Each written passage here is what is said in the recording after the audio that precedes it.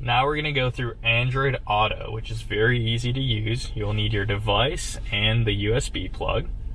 So what you're going to do is take your cord and you're going to plug it into the port right here.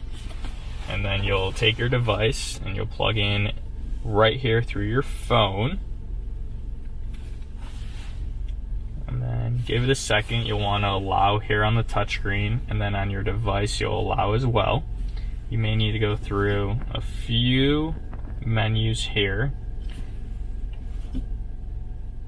And once you have it, you'll see on your bottom left the Android Auto symbol. So you click on there.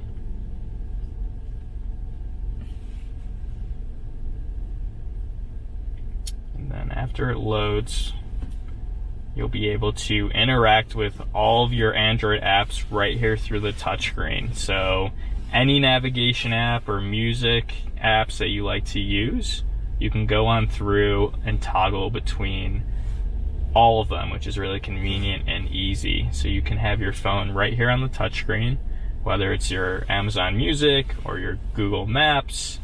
You can go ahead and use that right here through the touchscreen, which makes everything a lot easier when you're driving.